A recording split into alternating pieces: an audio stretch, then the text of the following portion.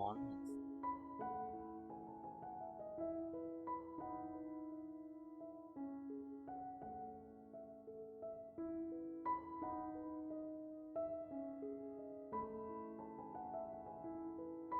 歡迎大家翻到嚟 Let's Play Server 嘅第3集。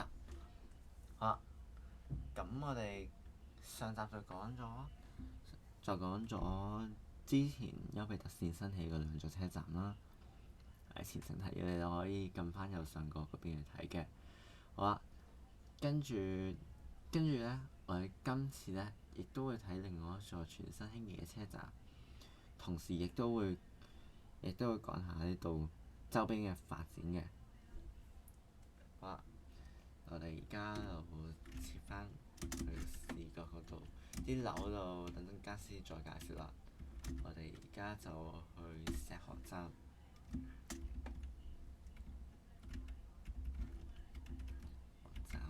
下一班往歌維營地嘅列車咧，就仲有2分鐘。不過點解呢度會係6分鐘班佢咧？原因係因為我錄嘅時候其實已經11點幾啦。你先會見到啲超級誇張嘅6分鐘班佢。因為呢個設定係根據翻香港時間嚟設定嘅，所以有啲可能外國人咧，如果你哋見到咁樣嘅話咧，放心，呢啲係香港時間嚟嘅，呢啲係參考香港時間嘅，唔係參考你哋時間。睇住啲車到啦，跟住就等多2分鐘。好，過咗2分鐘，我哋班丘比特線列車就差唔多到啦。有啲人問點解會咁細聲咗咧？而家我哋個音量係 set 咗60% 嘅，前2集就 set 咗20%。點解要再咁細聲咧？原因係因為咧，我呢度咧將所有嘅廣播咧改翻晒做單聲道嘅廣播，都係 Umarti 提議嘅，就改翻晒做單聲道啦，所以就細聲咗一半㗎，起碼呢啲你就要接受下啦。好，我哋而家班丘比特線嘅亞夢號列車出發去緊歌維營地啦，跟住咧就會經過個史上最低坡度嘅，只有0.9% 坡度，就一路由呢個石河站對出一路上到落去歌維營地。歌維營地會去堵塞月台嘅，所以呢度已經會分開做2條隧道。係 by the way 咧，其實原先我起亞夢號嘅時候咧，其實我都係打算用愛情嚟做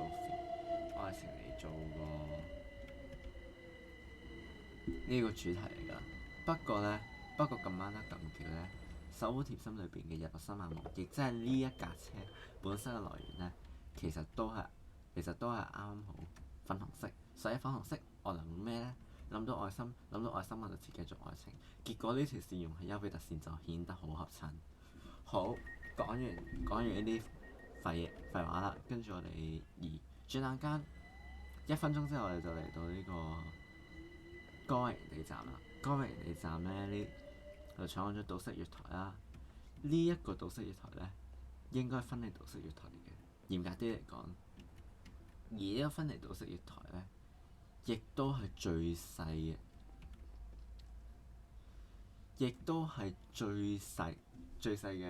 月台嚟嘅，仲細過光之丘嘅。雖然話光之丘個月台長度雖然話係同歌維營地站差唔多，但係光之丘站其實都闊啲啊。呢一個歌維營地站就窄到飛起，睇到3格咋。平時行開光之丘站嘅應該會知道，應該起碼5、6格嘅。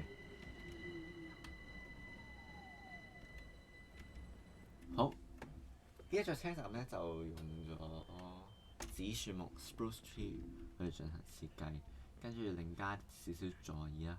呢座椅倫敦地鐵見唔到噶啦，但係由於我哋係以一個混合港鐵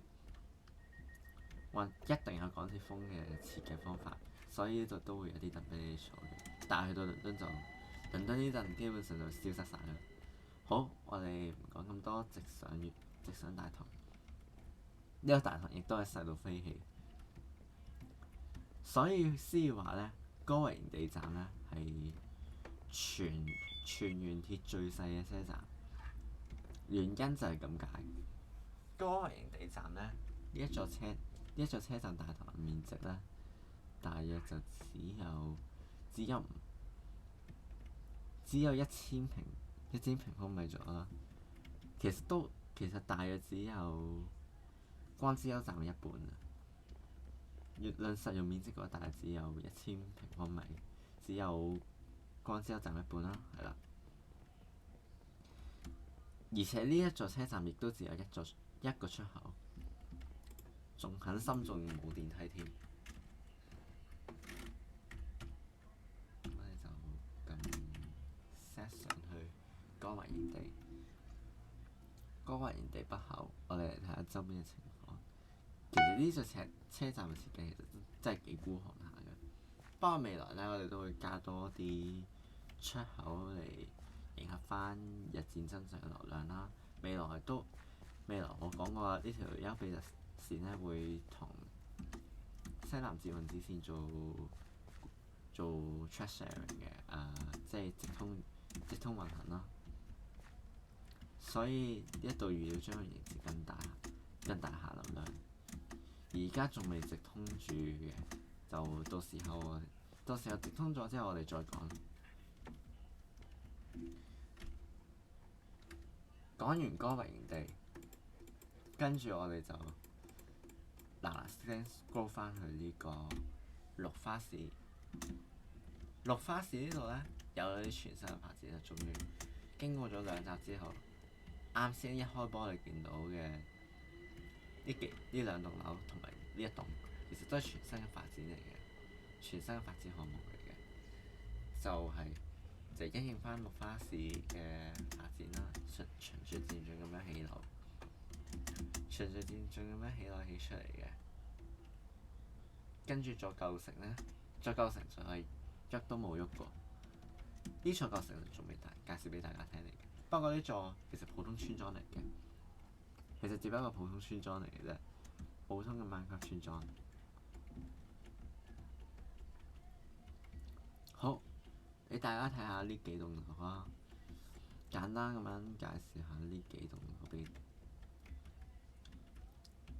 大家睇啦。係啦，呢幾棟樓其實都有配備啲升降機設計嘅，而呢座樓貨商業用㗎啦，層樓都會俾大家租嚟用嘅，唔係應該2樓以上嗰啲可以俾大家租嚟用。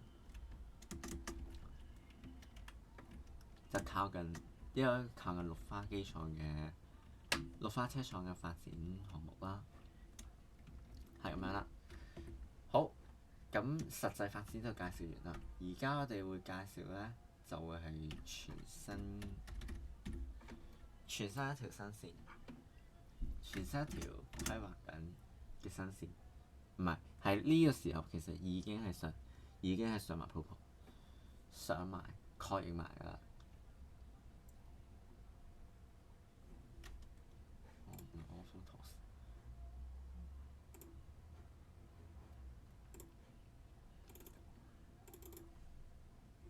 就係呢一條全新嘅華山線，編號就係 P2號線。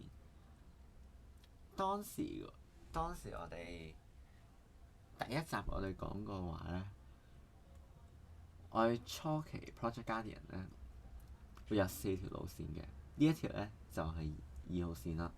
你見到 P2，亦即係系列裏邊嘅第2條線。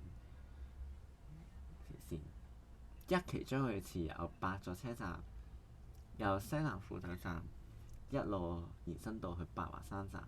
百華山站嗰邊將會同 Central Ace 嘅捷運地鐵啦，進行交匯，形成另外一座4線嘅大型轉車站。大好心想問啦，點解會揀延伸白華山呢？其實當初我諗住咧延伸到去閃現黃牌嗰邊嘅，閃現黃牌亦真係最北邊嗰一度。但係咧諗下算啦，硬係覺得自己仲爭啲嘢，所以決定循序漸進，所以先 cut 走咗未來延伸南邊嘅支線部分，係，所以先會見到呢一條路線終止喺西南腹地，唔係終止綠化地區。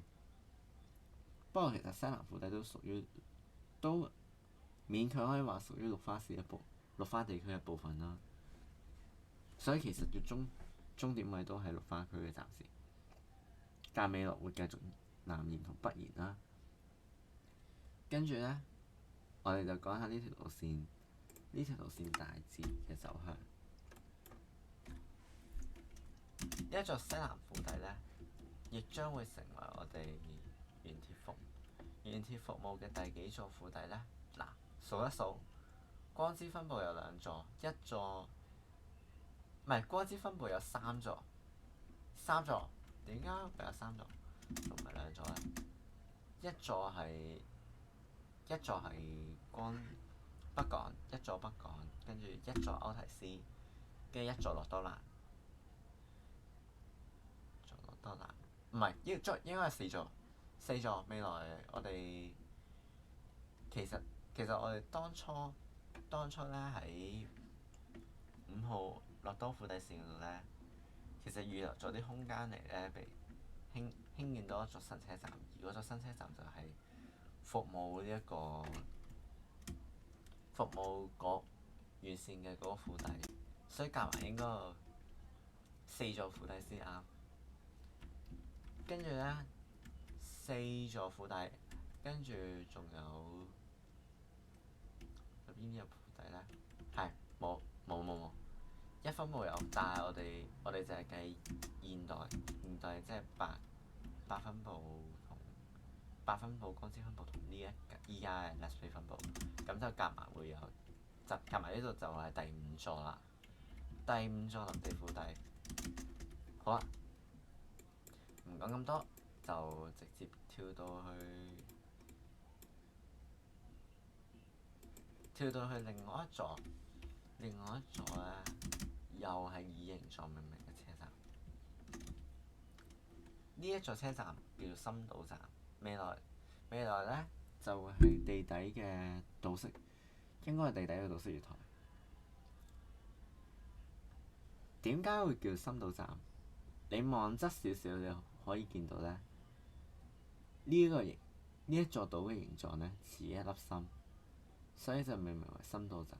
同 Jonathan 之前介紹嘅西南曠野線倉鼠洲站其實一模一樣嘅命名方法嚟嘅。